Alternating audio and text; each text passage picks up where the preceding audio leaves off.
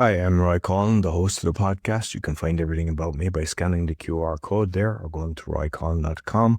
And you'll find my six podcasts, the Podfather, helping people become podcasters, the Awakening, exposing fraud and corruption, but with solutions, the Crypto, all things blockchain technology, Meditation podcast, Speaking podcast, and the Learn Polish podcast. You can also help the show by actually making a donation, visiting the store, or helping my sponsors. I hope you enjoyed this week's show. Welcome to the Meditation Podcast. You can find all our episodes on Meditation.podcast.world.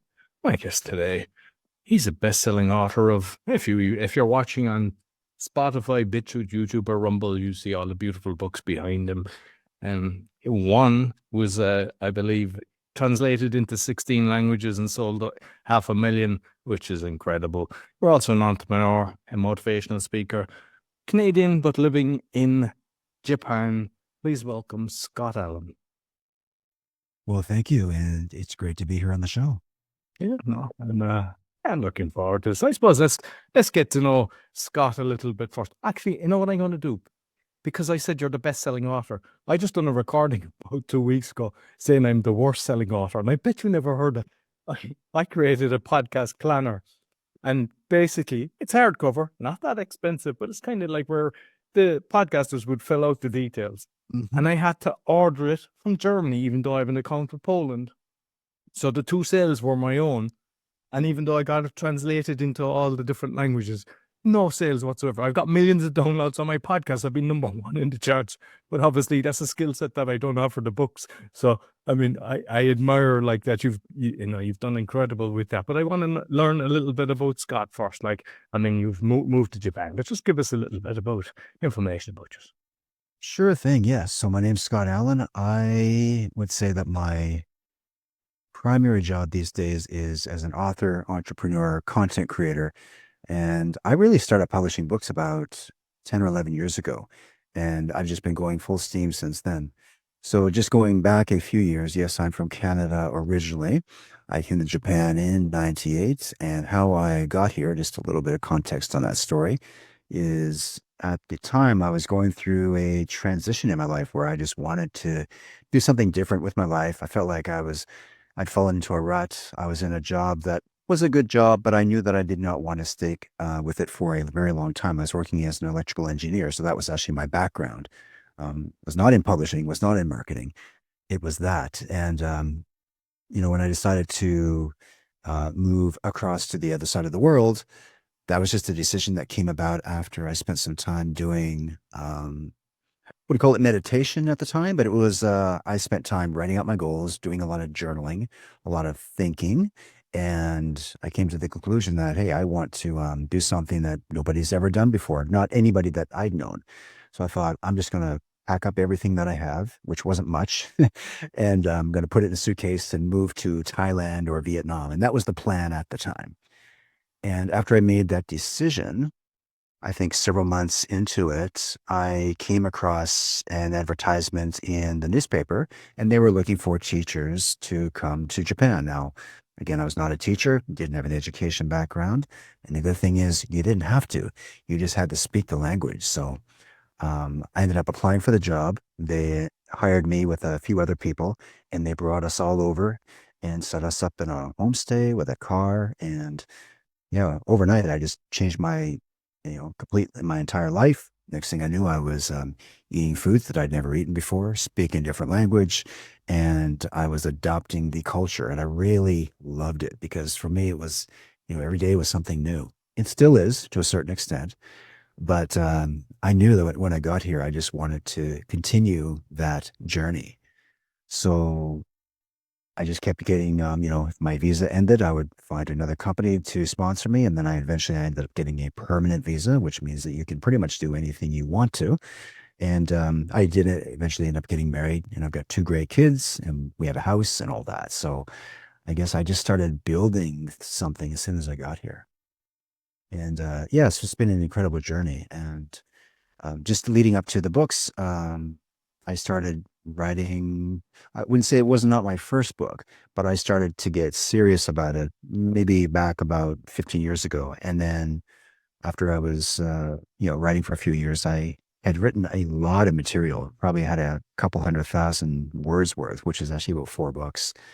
So when Amazon brought out their self-publishing platform, I just went all in and I started publishing the books. So, and it's been a train since then. It's just been, it's just been a locomotive really. But that's what I love about, I think what I do is that I can create something, come up with a concept, create something, put it out into the world.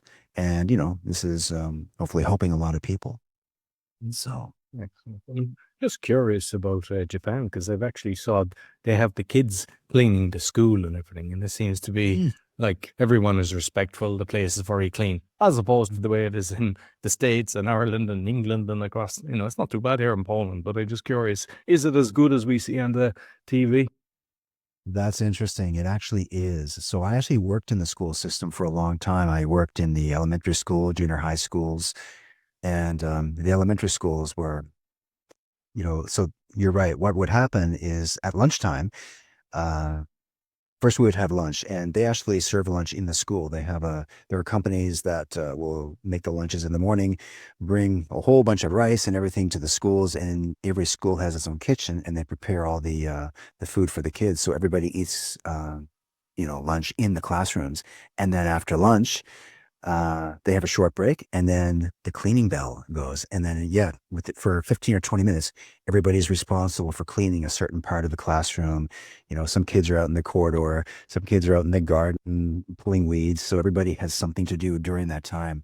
And it's amazing. I mean, yeah, now that I think about it, I don't think like back home and, we always had we had the custodian staff who would always clean the schools. I mean, we didn't clean schools back in my day. So when I came here and they were doing it, it's like, wow, this is, you know, pretty neat to see. And yeah, they do a pretty good job of it as well. I mean, by the time they get to junior high school, I think they've got the system down to a science. So. I think it's a brilliant way to kind of condition a child that, you're cleaning the environment you're in, where sometimes people, when they're adults, because they've never had that experience, they class it as a chore. And then they're putting themselves into a bad mood because they're cleaning their house. Yeah, yeah, yeah. Certainly think there's a lot of discipline that goes with that. Like it builds discipline. Like that's one of the things that they do. They get a lot of homework as well. The kids here, they get a lot of homework and they have a lot of extracurricular activities even after school, especially with the sports. And here's the thing too, is that, again, back in my school days, we went to school from Monday to Friday. We never went to school in the summertime, and you certainly didn't see us there on a Saturday or a Sunday. But here, my kids too, because my daughter's, she's really into basketball. She plays on the national team and everything. And my boy plays tennis, but they're at school on Saturday, sometimes Sunday, playing the sports because that's when they have most of their training and their practice. So school is not just school where you go there, you study, you go home. It becomes a way of life, or it becomes a big part of their life, really. So. So, getting into the meditation, I'd like to know what's your kind of journey, what meditations you like, and what you've done over the years. Yeah, so just give you a little story actually. So probably about 3 or 4 kilometers from my home here is a Japanese temple where I go every Sunday. I've been going there for quite a few years actually, and every Sunday morning I sit down for an hour. So just to go back up a little bit, we arrive at the temple, park the car, we walk through this massive gate, and you walk through these big temple doors, and inside it's really dark, and there's a whole bunch of meditation cushions in this big, wide open room. We have the altar at the front with the sleeping Buddha. So it's very spiritual, and it's very quiet. Everyone's just, getting ready for the meditation, which starts at 8 a.m. every morning. And what I love about this is that it's very traditional too, like the way that they meditate. We sit on the cushion, we put our hands in the lotus position, and we'll go for about half an hour, take a short break. They'll actually get us up and do some stretching, and then we'll go for another half hour. So it's an hour. It's not a long time, but I think it's just the experience of that. And again, the Buddhist monks that are there are Japanese monks, and they've been doing this for 40 or 50 years, right? I mean, that is their lifestyle. So that's just something that really got me more deeper into the meditation. But I really started getting into it several years ago when I think I needed to at the time because I needed to clear my mind. And my mind was just, I had a lot of distraction, confusion. I always felt like my mind was not at peace. I wanted that. And I believed that I could have it. And how I arrived at that conclusion was really through learning through Joe Dispenza. And Joe Dispenza works with a lot of people, and he has events in the U.S. and he has like large meditation retreats, which I have not been to yet. I do intend to go there either this year or next year. But when I heard him talk about his meditation practice, I thought it was really powerful because his meditation practice is based on visualizing the future that you want so you can, not forget the past, but just leave it behind. Because a lot of people, we tend to live in the past a lot and we have regrets about the past and we're holding on to a lot of the old identities, the old stories and the things that when we're holding on to those things, they also, they live with us in the present, but they also become our future. So that's why it's hard for a lot of people to change because they're still holding on to a lot of the grudges and the decisions that they made or didn't make and the things that didn't work out and all those things. And what meditation taught me is to have a very calm mind. And not just my mind is calm, but my whole body is calm for the most part. Uh, and that was just something I never really thought was possible, but it actually is.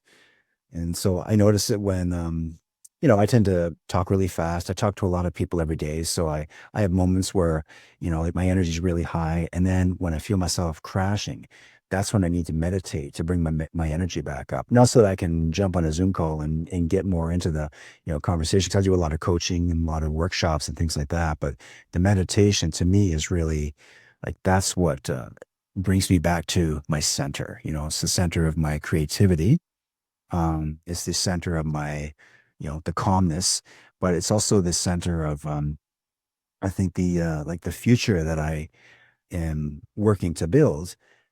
Every time I meditate, it's not just I'm not just clearing my mind away. I'm actually visualizing the future that I would like to have, whether it's like 6 months from now, a year from now, or 5 years from now. I go through this process in my meditation where sometimes it actually feels like I'm in lucid dreaming, which is something that I had not experienced before. But the deeper I went with it, there were times when I may have fallen asleep. That just still happened. And sometimes I'm lucid dreaming where I'm actually having these, visions of like talking to people. I'm not sleeping, but I'm in this, I can go pretty deep with it as well. And I think that comes with practice, but it also just comes with being able to, put yourself in a state of mind where you mentioned the flow earlier. And that's really what it is about is like being so focused on something and just being so calm within yourself that you'll eventually get down to like that, like it's like an inner flow. And sometimes an hour goes by, an hour and a half, and it feels like 10 minutes, because I'll actually set my timer for that. And, the timer will go off and it feels like 5 minutes passed. So I don't know. I think that's the measure of maybe of a good meditation. But it's a little different from when I'm meditating with the monks. They don't practice it that way. Their philosophy is more like, you want to clear your mind and just by clearing your mind, you get more calm within yourself. And that works as well. I love the traditional method, but I also do the like for me it's creative visualization. And that's something that anybody can achieve that because sports, like sports people do, like sports athletes do this all the time. They will actually, I think, they will meditate or they will visualize training in a sport, and when they actually go to do it, they realize like, and tests have been done on this where they're Yeah, I think actually Dennis able to work Waitley better. was actually Yes. pushing that. He was getting great results by doing that. And he was into meditation as well. Yeah, yeah, yeah. So yeah, but yeah, it's certainly like a part of my daily routine. I don't necessarily have a time blocked out. Where's my meditation time? It's like, but I do it for 1 hour per day, and I'll do it like half hour in the morning, half hour in the evening, and then on days when I have more time, I'll actually go the full hour. So, but I don't like to, sometimes I set timers for it, but I don't like that if I'm having a really good session, then like a timer kind of brings you out of it, like Inception. But I like to just sit down and I'll just work on it until I feel like I'm ready to come out of it. But if you're having a really good one, you can lose track of time easily. So I'm just curious with your son and your daughter, is it something they've looked at you doing it and then they got involved, or is it that it's not for them yet? It's not for them yet, but I do talk to them about it. So at some stage, I'd like them to start meditation because I think that can't speak for all. My kids are teenagers now, but everyone's really busy and a little bit distracted, and with all the things that we can watch on social media and all that. And I think a lot of that stuff is really good, great, but um, it tends to, if you get too fixated on it, it can actually give you a lot of anxiety. And anxiety is just one of those things that comes up whenever you're feeling, I think, fear of the future, or when you're regretting the past, mostly fear of the future because you're worrying about things. And then to get rid of that anxiety, whenever I'm feeling anxiety, I know that I'm probably overwhelmed by the amount of tasks that I'm trying to do, doing too much work, focusing on too many things, and I just get really overwhelmed. And that's when meditation comes in. But here's the thing is that you want to just practice meditation as one of your, for me, it's a daily thing. It's just like, it's no different than like working out. I mean, I work out 3, 4, 5 times a week. I treat meditation as one of those practices that it's not one of those things I do when, I have extra time or I'm thinking, well, maybe I'll just sit down and do it right now.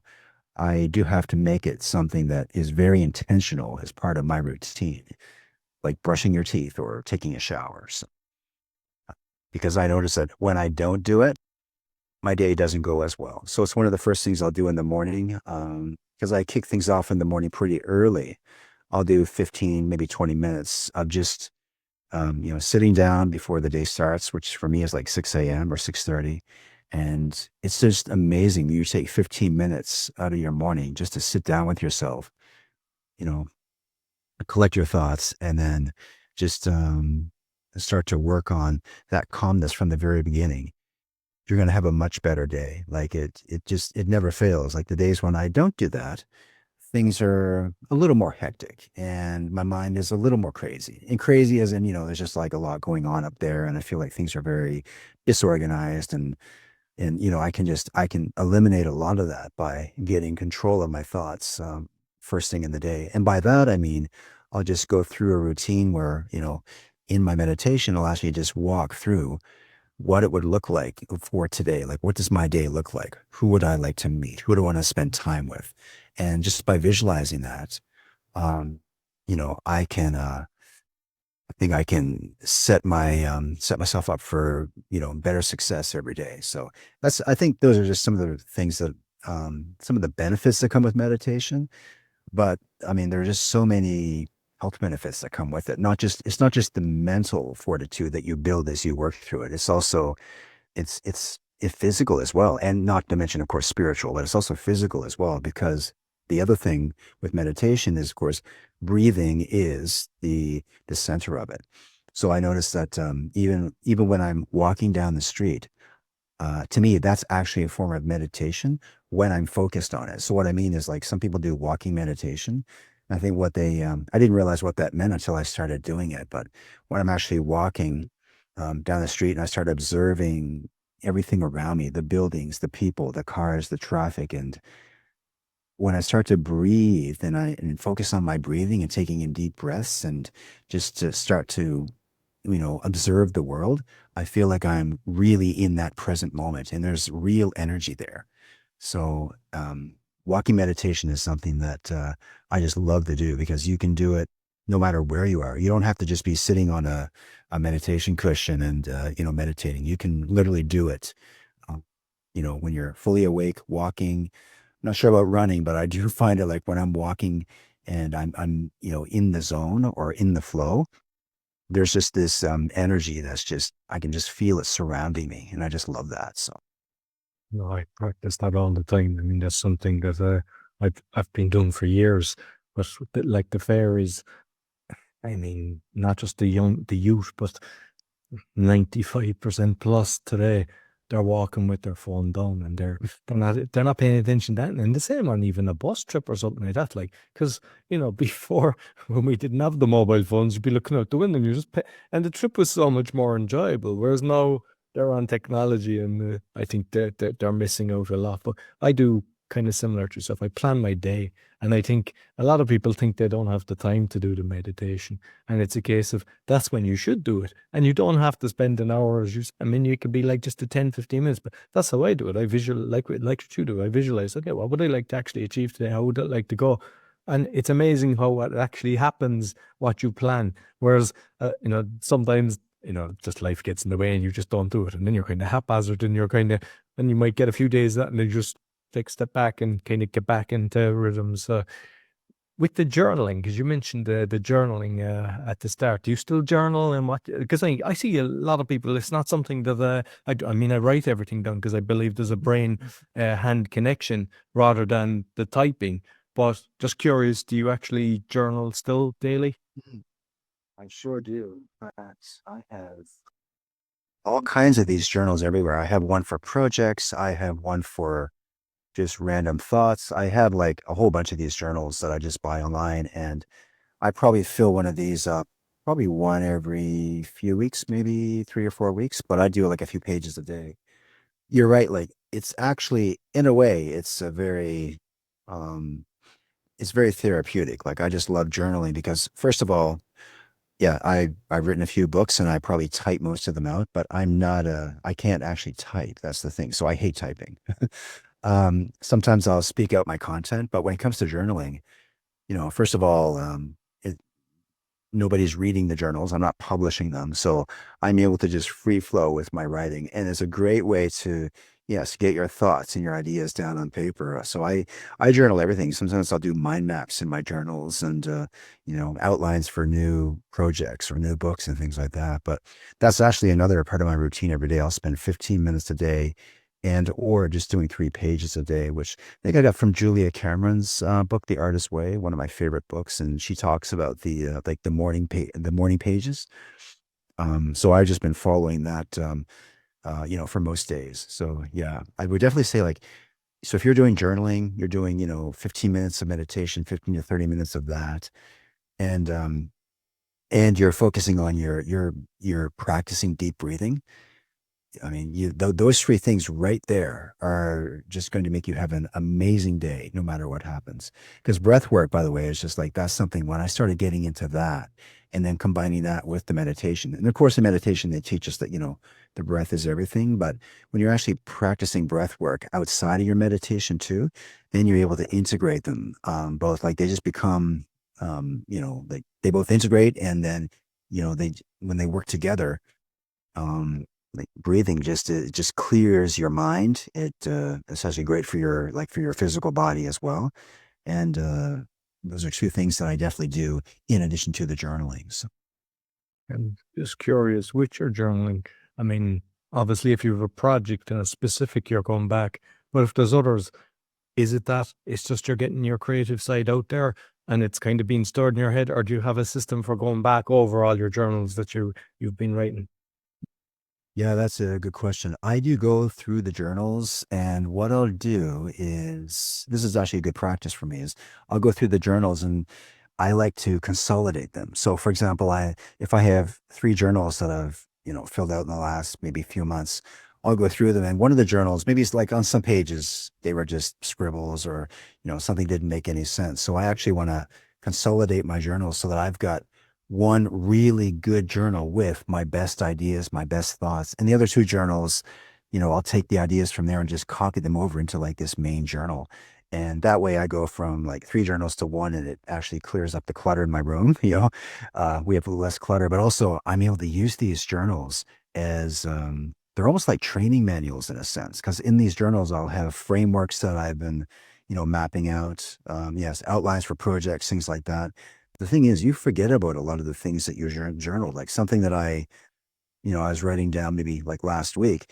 I probably had a lot of great ideas. I put them in the journal, and then this week I would have forgotten about them, right? So that's the thing too, is that the journal becomes, like a blueprint for all of the ideas and everything that you have. I know, I mean, sure, people can use their phone and record, their voice and speak out their ideas and things like that. But I found that a lot of that, I used to do that as well. But the thing is, I would forget that I recorded it, or I couldn't find the file or something like that. So because the journals are always in my physical space on my bookshelf, I have a place for the journals. I can just, and I actually number them, and I'll put on put on the front, like a label, like what the journal's for, just as a way for me to, I guess, categorize them. But that is an important thing, is to take some time to go back through the journals and through the papers and the notes and everything. Because every time I do that, it never fails. I end up finding something. It could be a framework for practicing deep breathing. It could be a framework for how I practice like thinkification or creative visualization. But the reason that's important is not just for my own knowledge, but I can take that framework and I can create a video for it. I can teach people how to do this thing in a course or something. So I like to create these things, get them down on paper, and then teach people how to integrate them into their lifestyles. And do you just have like one color pen, or are you using all colors and having highlighters and everything and making it all colorful? Oh, I love colors. Yeah, and I've got highlighters of every color you can probably imagine. So I actually do enjoy that too, because I like to keep it creative. So I have different colored pens, highlighters, and in addition to the journaling, by the way, just one other thing I do is mind mapping. So up on my wall, I've got like a lot of sticky notes, a lot of ideas up on there as well. And I usually will take some of those ideas and like something on a sticky note, an idea that I had, I'll take that off, and that may be something that I'm going to journal for the day. Sometimes that actually turns into a book idea, and the book idea turns into a published book maybe a few months later. So, Mm. So, I mean, we mentioned the books at the start. So, like, what was your kind of journey? And also, I'd like to know your kind of creative writing process as well. yeah. All right. So just going back a few years back when, say, I probably started writing again back in 2008, 2009, just to give you some context on that. When I first came to Japan, I started working in a company that would dispatch us out to Japanese companies. And my job at that time was to, yes, we were teaching English, teaching business English. Sometimes I would go to, like, one day it could be Toyota, another day it could be a milk company. And I was always going to like these different factories or companies. And that was actually, I love doing that, because when you go to a company here in Japan, like the grounds are so clean. Like like you go into onto the company grounds, park your car, and everything is just like spick and span. Like you won't find any garbage. They got everything, like all the grasses, has been manicured, and all the gardens and everything like that. And then you go into into the company itself. And I would end up going to all these companies all the time, and I would teach their employees how to, like, when they went overseas on business trips, how to integrate with the culture, how to communicate, of course, was communication was the number one thing that we were teaching, but we also had to teach them what are like some of the cultural obstacles and things like that. Because a lot of these people were, like the Japanese business people were traveling overseas. Sometimes they were living over there. So, my job was to actually get them ready for that journey. Anyway, I did that for a very long time, but I did start my publishing journey was about 12 or 13 years ago. And at the time, I probably started out just writing out everything, like again, in journals and notebooks and everything. I had a computer, but I mean, like I said, I wasn't very good at typing, so I would just write everything out longhand, which is the long way. I don't do that these days, but I would write everything out longhand, and then I would, type it into the computer. But to be honest, doing it that way, when I look back now, it actually made me a pretty good writer. And I think something you had mentioned earlier, just like, when you're putting pen to paper, there's definitely something that connects you to that creativity. Like I don't feel the same way when I'm typing things up. It just feels very, I don't know, I just feel like an office worker. Actually, I don't actually like, typing very much. So I try to speak it out as much as I can. But for the most part, I like to, still write things down, making lists all the time. But yeah, I would say that, once I started to develop a system for that, I realized that, okay, if, because I like writing, but I actually love publishing. I love putting books out there and, getting feedback from people and seeing how the content actually helps people. So my process for writing though is, very basic. I don't have any fancy writing software. I use Word Doc or Google Docs. And I spend 2 hours a day. I've got a content creation block. I block that into my calendar. During that time, my goal is to write 1,000 words. Sometimes I can do more, and sometimes it's a bit less, but my goal is 1,000 words a day because it really is a numbers game. If you can do this, maybe not every day, but let's just say 5 days a week, you get 5,000 words per week, you get 20,000 words per month. You've got the rough draft of a book in about a month and a half, maybe 2 months. Right? So that's really just my process for that. I am experimenting with, a lot of the AI tools these days have been very helpful. Not using them to write the material. I'm still doing that, but I'm certainly using the AI materials such as ChatGPT, a couple of others, for doing the proofreading and the outlining of the books as well. Which I would spend a long time mapping out a book. Doing a mind map, with sticky notes and stuff like that. And although that was fun to do, it really took a long time. Like, I spent a week or 2 weeks outlining everything for a book, and now I can do it in maybe an hour. So, with the AI software, that's really sped things up for me. And moving forward, who knows where that's going to go with AI? But it just keeps getting better and better in terms of like helping me to build out better systems, which improves our productivity. And that way we can, I can probably produce more books a year. I think last year I may have published 4 books, maybe 5. And this year, I think we've already done, it's May. I think I've published 2, maybe we got a third book coming out next month, and I'll probably end up doing about 6 this year. But my target's usually 6 per year, I think, moving forward. And again, just it's hard for me to slow down. Like once I start, once I get the, moving on a project, I'll come up with a new book idea about probably once a week. And right away, the first thing I'll do is just outline it. I'll keep the outline somewhere, knowing that I'm going to go back later. I've got a folder in Google Docs, and I just keep all my, ideas and outlines there. And then when I need something, I just go in and pull it out of there. And, we start the writing process. And I can probably put together a rough draft these days in about 3, maybe 4 weeks. So. Mm. Like you mentioned, kind of Amazon was doing the self-publishing. So have you just stuck with the self-publishing? Because I mean, 500,000 sales is incredible, and very few self-publishers, like when you self-publish, can achieve that. So did you stick with the self-publishing model? Good question. So what happened is, yeah, I started with self-publishing. I'm still self-publishing, but what ended up happening, and this does happen too, it depends on the genre that you're writing. I mean, my books are all self-help personal development. So these books do really well in international markets like Japan, Korea, China, Thailand. I mean, you name it. Like there are international publishing houses that want those kinds of books. They want to translate them because they're very popular in, not just in the US and Canada, but outside of that. So anyway, what happened is the book that was published in 16, soon to be 17 languages is Do the Hard Things First. I do have other books that have like been published in 4 or 5, maybe 6 languages. And so what ended up happening, and it's actually at least once a week, even now, I get a request from a publisher, whether they're in Thailand or Vietnam or it could be Germany.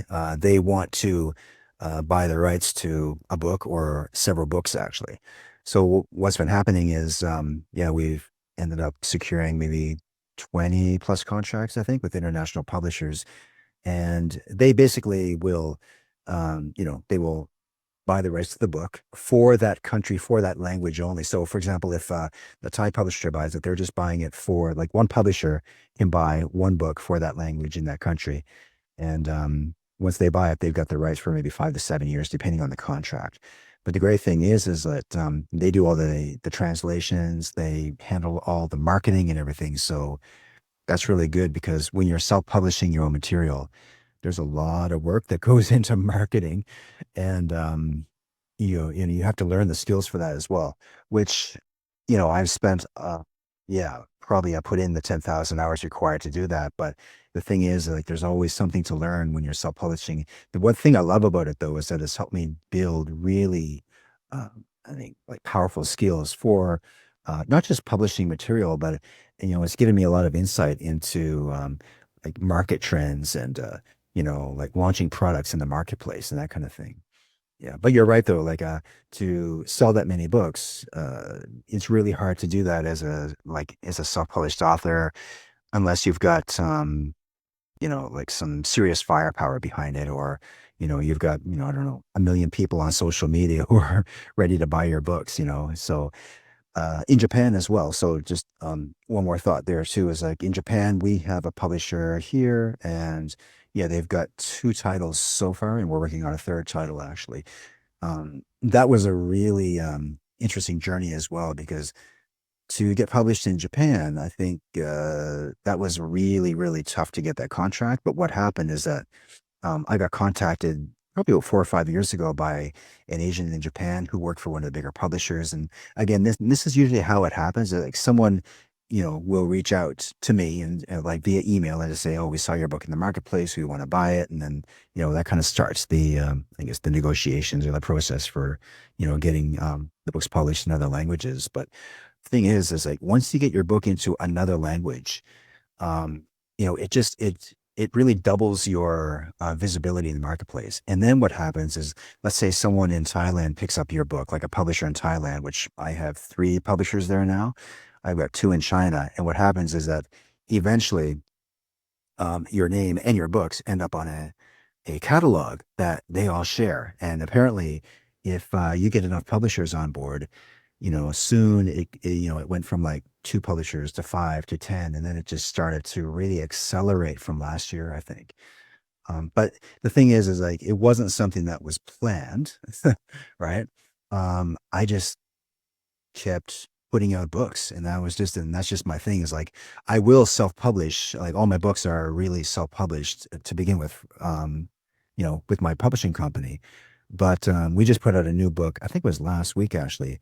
And I think it was the day after the book launched, I was already getting emails from publishers who wanted to, publish it in India and, a couple of other countries. So that was just last week. So, it's really interesting. I think it's really interesting too, because the one of the big I think the big dream is to be able to go to any country in the world, walk into a bookstore and see your books there. Like, that's actually happened in Japan. That was a dream at one time, and, now I can actually walk into the bookstores and find my books there. They're not flying off the shelves per se, but they're still out front and they're doing really well. So, but, that's the thing too, is like, just, I never stop once the project is, complete. I'm usually moving on to the next one. And I do have I have a small team that I've hired to bring in, and I taught them my publishing system. So, I've got somebody who's, working on marketing in the background, and someone else who's, uh, you know,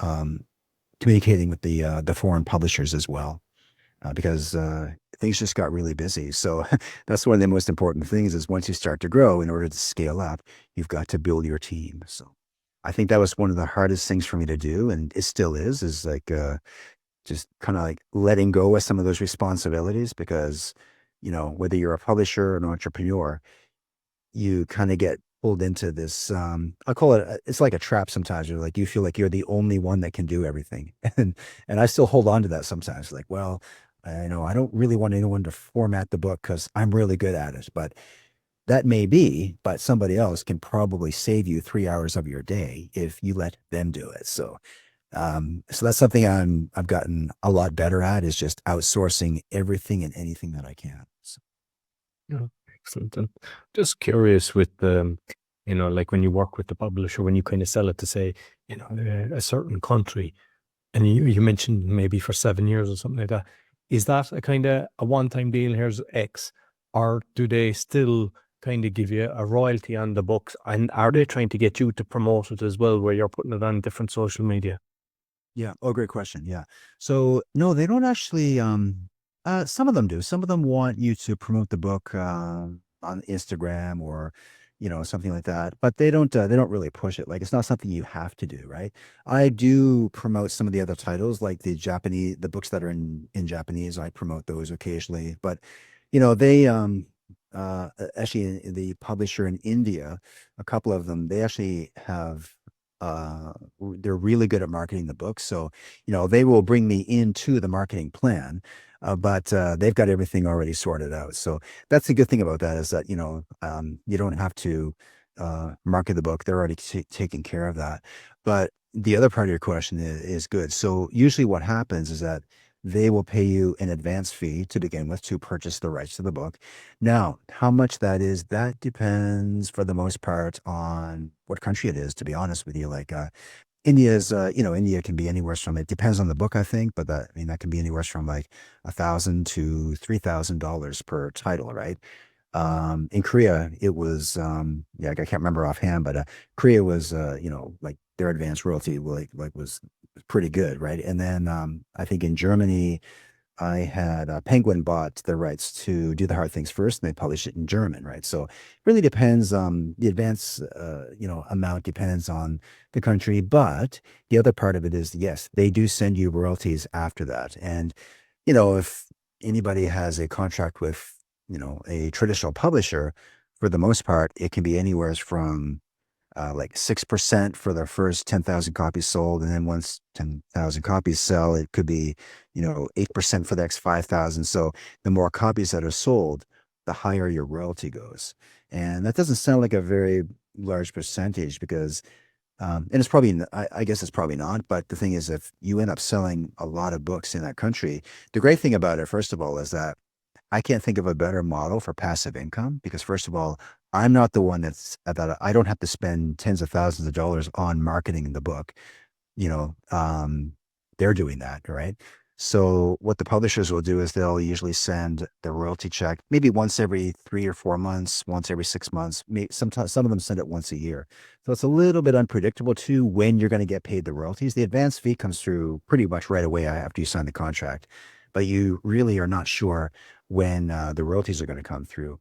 And sometimes that's stated in the contract, which is good. But um, the great thing is that, if my goal is to get my book into as many languages as possible, because again, I just want to be able to, I want to share the material with everybody, right? And I do publish the books myself in Spanish and German. I have translators who work on that, but that's a lot of work, right? So ideally, I'd want, I want to have these, um, uh, you know, contracts with these international publishers so that they can they can do the translating and they have the distribution channels to put the books into the bookstores. So, yeah. And because when it comes to money and corporations, a lot of them are fraudulent and they kind of try to cut out creator or whatever. Is there systems in place for people when they do have their due a royalty that you know that you're getting what you're entitled to? Yeah, that's a good question. We don't have, like, I don't have a real way to actually track it. So, to be honest with you, a lot of it is, well, so first of all, like the contracts are always like, I'll just give you an example. If the publisher in India buys the contract to the book, then they're usually buying it for the subcontinent of India, which actually includes like Sri Lanka, Bangladesh, India, and there was another country there. I can't remember what it is, but they have to keep the Pakistan, maybe. publication. You're right. Yes, yes, Pakistan. Yeah, yeah, but they have to keep that publication within those regions. Like they cannot sell it outside of that, and if they do, they're breaking the contract. Now, um, I don't think I haven't had anything like that to my knowledge yet, right? So that's the good thing is like the books that I publish on my own, I can publish those in English anywhere in the world, and and that's fine. And by the way, the royalty for when you're self-publishing a book, if it's through Kindle Direct Publishing, which is Amazon's publishing platform, you usually get 70% for an ebook and then 60% for a paperback or hardcover. So significantly more than a publisher. But again, I have to do all the marketing, everything like that. So, you're putting in a lot more work, but I can probably bring in a higher percentage for the company. But again, I think the idea behind passive income, if we people talk about that a lot, but it's actually a lot of work to get to that. So passive income is not really that passive. You have to work really hard to make it happen. But that's the thing, though, is like, these, um, publishers will be publishing the book in their country. And I think that, just getting back to your question, though, about, how to track it, I can't actually track it. So I'm really, like, the contract and everything, the relationship is really based on trust and honesty. And to tell you the truth, like, I would say most of the publishers that I work with, they've been fantastic, so the communication's been great for the most part. They keep us updated on, how book sales are going, and occasionally, like, sometimes that they will make merchandise for the book and stuff like that, and just sell that exclusively in, like, a publisher in Korea, for example. They made a special edition of Do the Hard Things First, like a special 1,000 copies, and so they do some things like that just as a way to market the material and everything. So. Very good. With the marketing then, because I've spoke to a lot of people that have done books, and even people that are publishing for other people, and they all have their own kind of strategies for a launch. And I know some of them, they do the 99 cent, or they do it free, and they blast it out, and they get all their friends to blast it out at a certain time to get in the top of the charts. And then I heard others saying that damages you because it goes up and it doesn't have momentum and it disappears. And yeah, you can say you're a bestseller, but then it's gone. Because of your success, I would love to know what's your thoughts on the launch. Yeah, that's a great question. Yeah, I just launched a book, actually, and I mean, I guess I'm always launching a book, but so, okay, I'm going to start with the 99-cent book launch model. This was really something this started with self-publishing, actually. This was not a model like traditional publishers do not publish books this way. Traditional publishers will actually launch the ebook.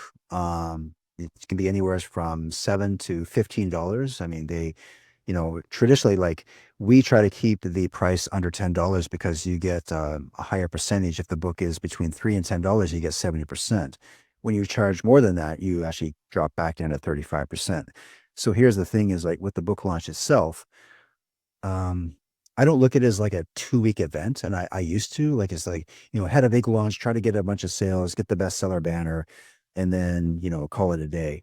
I look at each book as a pillar in my business, right? And I do get a bestseller banner for every book. It's not a big deal, to be honest with you. And I think, like, yeah, a lot of publishers will sell that because maybe they're trying to, sell a service, and that actually is a big selling point. The thing is, it's not that hard to get a best-selling book on Amazon. You just have to sell a certain number of books in a certain category, which could be anywhere from 5 books or 500, per day, right? So, to be honest with you, I don't really pay much attention to that anymore. And I try not to chase the rankings. Like, that's another thing that happens to a lot of people, is they get on the store and on Amazon or some other site, and they try to check their rankings. And to me, that just it just drives me a little bit crazy, because if the rankings are really good, I'm feeling good. And when it's not good, I'm feeling bad.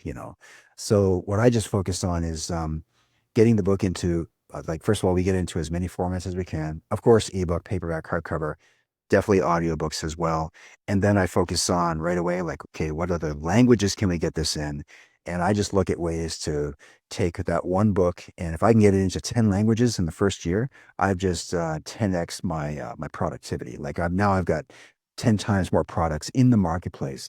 And that's, like, if you think of it over the course of the long term, maybe the next year, 5 years, 10 years even, next thing you know, people are seeing your books everywhere. And that was actually, that to me, that's my focus, is really just I want to be out there in front of people, teaching them the frameworks, getting the books into as many languages as possible. So for me, like, launching that book in the first 30 days, I'll put, of course, I have an email list that I'll tell them the book is out. A lot of people on that email list. I think we're up to 20, 30,000 people. Like, maybe we'll have 15 to 25% of the people will buy the book from that list. It depends on the book, I think. Um, and then, of course, my social media platforms, we've been building that out more, so that's getting stronger as well. But I have a certain, I think, methodology to launching it. I don't do free, by the way. I used to do it way back in the day. Um, I don't give books away for free. I will do the 99 cents for a very short period, only because we have to prove to the Amazon algorithm that people want the book. And this is with every book. So I'll just do that for a very like 3, 5 days maybe. But after that, I've taken, most ebooks are, anywhere from like, I don't know, $3.99 to $9.99 actually. And we've just been increasing our prices instead of trying to, play this game of, I don't know, competition or like, as soon as you start to cut your prices and you try to beat the other guy, now it's like a race to the bottom. So I've taken it to the other way where I'm going to charge $7 to $9.99 for my ebooks. Paperbacks are, $14 to $17, and the pricing really is important. But you may notice that, your ranks may start to drop in the store. And that's just something that you have to, I think for me, it's just like, that's fine. I'd rather sell less books and have my books priced higher because I think that the higher it's people perceive it as higher value. Um, and I think I got this from maybe Seth Godin, like Seth Godin is just a brilliant marketer. And, you don't see these guys dropping their prices, right? So, And like the fact that you have the ebook cheaper, I think that's a good strategy because I always say I like if I'm looking at a book that I'm looking to purchase, it's like they don't have to print this book and post it to me, especially if you're on Prime. It's like, why is it the same price? It's like it doesn't make sense. So when it's the price point that you just mentioned, maybe 17 for the paperback, 15, and between 8 and 10, 9.99, it makes more sense to me. And then you go with the one that you want. But if I was paying the same price, I always want the physical book. yeah. Curious because with my world's worst selling book, I got it in a few languages, and I done it in Polish and Spanish, and I actually translated it to Russian as well. But Amazon wouldn't allow me to do it Russian because obviously my timing was so good. And what was weird was I wasn't doing it. I had somebody that was working with me doing it, but we had like the graphic, and it was the exact same, only just the text was translated, and then they were rejecting it, and we had so much hassle. It was the exact same thing. I'm just curious, is it just me that they don't like, or is that, have you experienced that as well? When you've the exact same thing, but just the language has changed?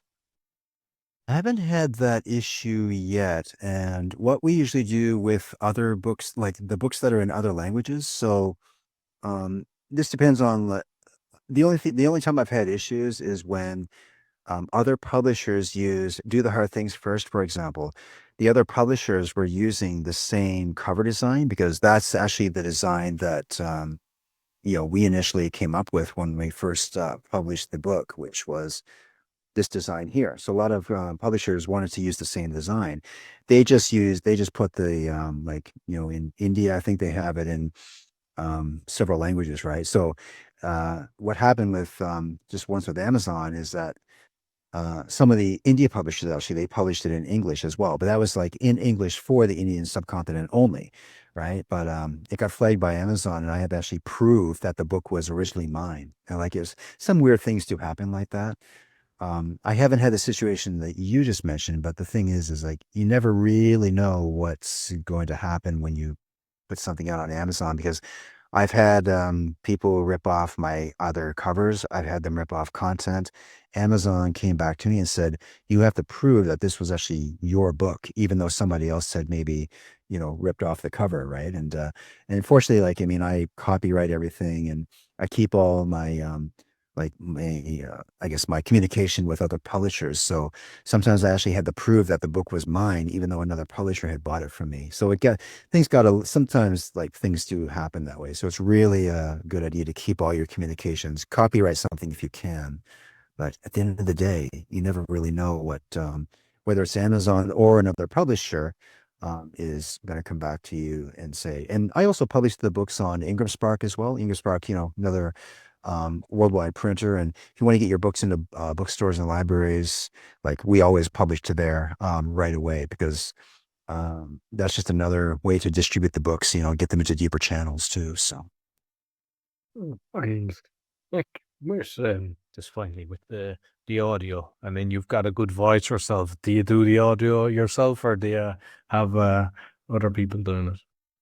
I do have a company that does the audiobooks for me. I will actually meet with the audiobook person for a few minutes to just have a conversation with them, especially if I like their voice. The reason that I've done a couple of my own books, the reason I don't do them all is probably just because of time. it's a time intensive activity actually. And so I just got away from that. And, to be honest, nobody's ever come back and said, oh, I just listened to your audiobook and, oh, I noticed it wasn't you, so I didn't like it. I've never had any feedback like that. But I do hire it out to another company again, just because of, they can cut the audiobook in about like a week or two, and again, because I need to be over here working on something else while other people are putting together, this person is doing the formatting. My cover designer is doing like one or two cover designs. And, I have a graphics designer who's building out graphics for social media. So I've always got to be, communicating with everybody to get all the pieces into play, so that we can like launch a book or whether we're working on a course or whatever it is. And I'm usually focused on, how can we, of course, get the book into into more markets. So I actually will spend, not my virtual assistant myself. I will communicate with a lot of the publishers on my own end just because I feel it's great for building those relationships. And do you take other people and do the same for them, or do you just stick with your own mark? No, actually, I do a lot of coaching, actually, and I coach other people through this system as well. So a lot of people who actually want to publish their books and market their books as well. So and I work with another company for this as well, like subpublishing.com. And that's what we do is we sell publishing packages. We put people through the program. I coach people through, how to, yes, launch their book, market their book. And that's probably a different part of my business.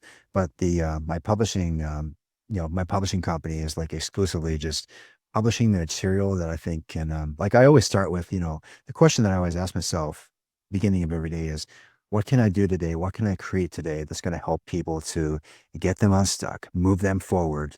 Because that's always, whenever I get stuck, it's always like, okay, I'm stuck in a situation. Maybe it's a problem I have to solve, or it's something it's an obstacle that I have to remove. What can I do to start moving forward? Like, what's the next step? So that's really how a lot of the books come about is like, what's a pain point that a lot of people are asking me about that I could create content around. So give you an idea, actually, a book I'm working on right now is on imposter syndrome. That's a big topic with a lot of people because a lot of people experience that. So I wanted to create a book around that. And that's actually going to be probably book number 5 or 6 in the Do the Hard Things First series. We're probably going to launch it in a few months, but that's usually just like part of the creative process is like coming up with those ideas, building out a framework for it, and then just writing the contents.